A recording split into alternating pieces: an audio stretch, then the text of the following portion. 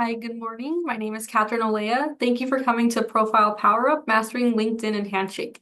I'm the Assistant Director of Career Development here at Concordia University, and we're going to go through what will make your LinkedIn and Handshake profile stand out. So like I said before, my name is Catherine Olea. I'm the Assistant Director of Career Development here in the Center for Career and Vocation, accompanied by Mariah Lucas, our Director of Career Development and Vocation. Our goal is to help you successfully launch upon graduation. That means we want you to be working full-time, volunteering full-time, enlisted in the military, or attending grad school. Those are our goals, and we just want to help you get to the next step after graduation and feel confident going into the workforce.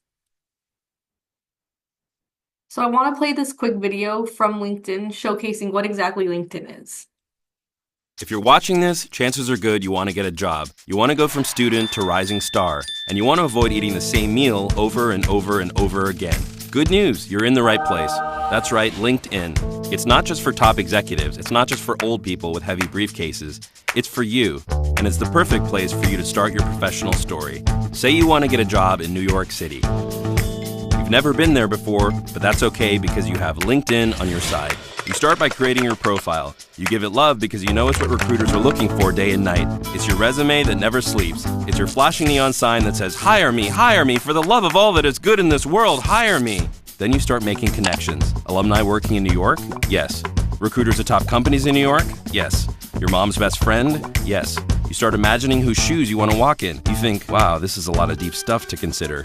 You shake yourself out of it and start searching for jobs. Whoa, that's a lot of jobs for students. Time to get down to business. You start to tailor your profile. You start applying. You feel empowered, in control, like you should be CEO. That gives you an idea. You look up all the CEOs of all the companies you want to work at. You see one of them went to your university. Then it hits you. You see a clear path from campus to career. You feel like you can see the future. You wonder if you're psychic. Should you start a hotline? No, back to plan A. You keep tailoring and connecting and applying, and before you know it, you start getting responses. First a few, then more, then an interview, and then you're hired. And that's when the real learning begins.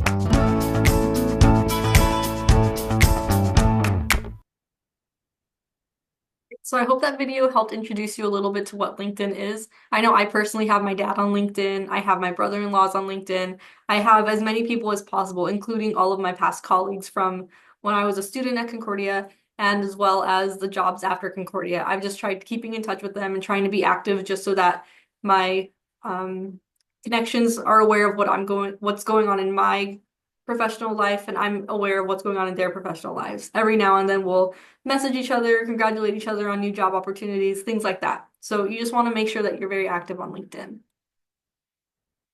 LinkedIn is known as the resume that never sleeps. This is where you're going to want to keep all of your information in terms of your professional development. You're attending Concordia University. That's great. Add it to your LinkedIn. What courses are you taking? That can also be added to your LinkedIn.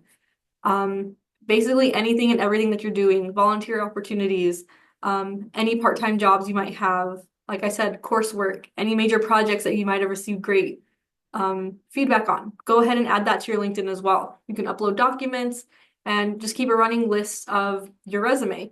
Your resume should only be one page. However, your LinkedIn can be as long and as lengthy as you want it to be or as you need it to be. This is also the place where you're going to be making your connections. You can start with professors or any other students that you have in your class that are in your industry. So I put together a quick 10 bullet point checklist of what your LinkedIn and your Handshake profile should have.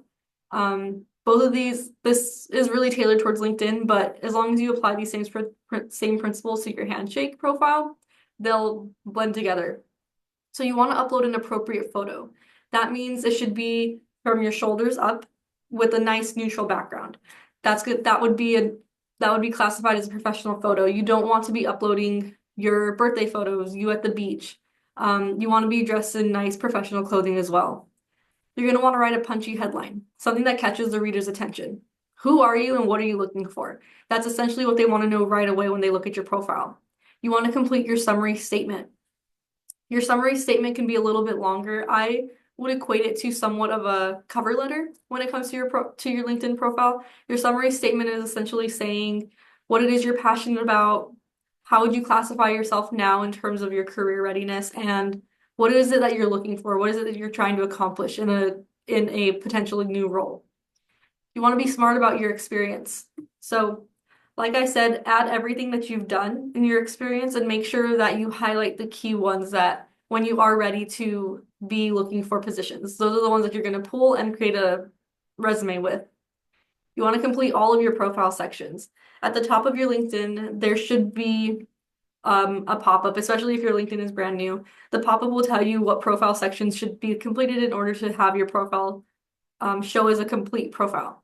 When your profile is built and complete, it's more likely that your profile will pop up when people Google you because when you are applying to positions, employers will Google you and you want your LinkedIn to be the first thing that comes up. A complete profile is more likely to come up on a Google search than an incomplete profile. You want to start building a strong network. Like I said previously, add anybody and everybody. The video even said to add your mom's best friend. You never know where you're going to be needing these connections. I know I personally got back into Concordia because I was connected with alumni and I was reaching out to alumni that were still working at Concordia on LinkedIn just to make sure that I had a foot in the door somewhere. You want to claim your unique URL. That's one of the last things you would do on typically on the right-hand side if you're looking at it on a desktop. Your right-hand side, it's going to show you what your URL is. It's oftentimes linkedin.com/first name dash last name, and then a bunch of letters and numbers at the end of it. You'll want to claim your unique URL, and what that means is you can customize your URL.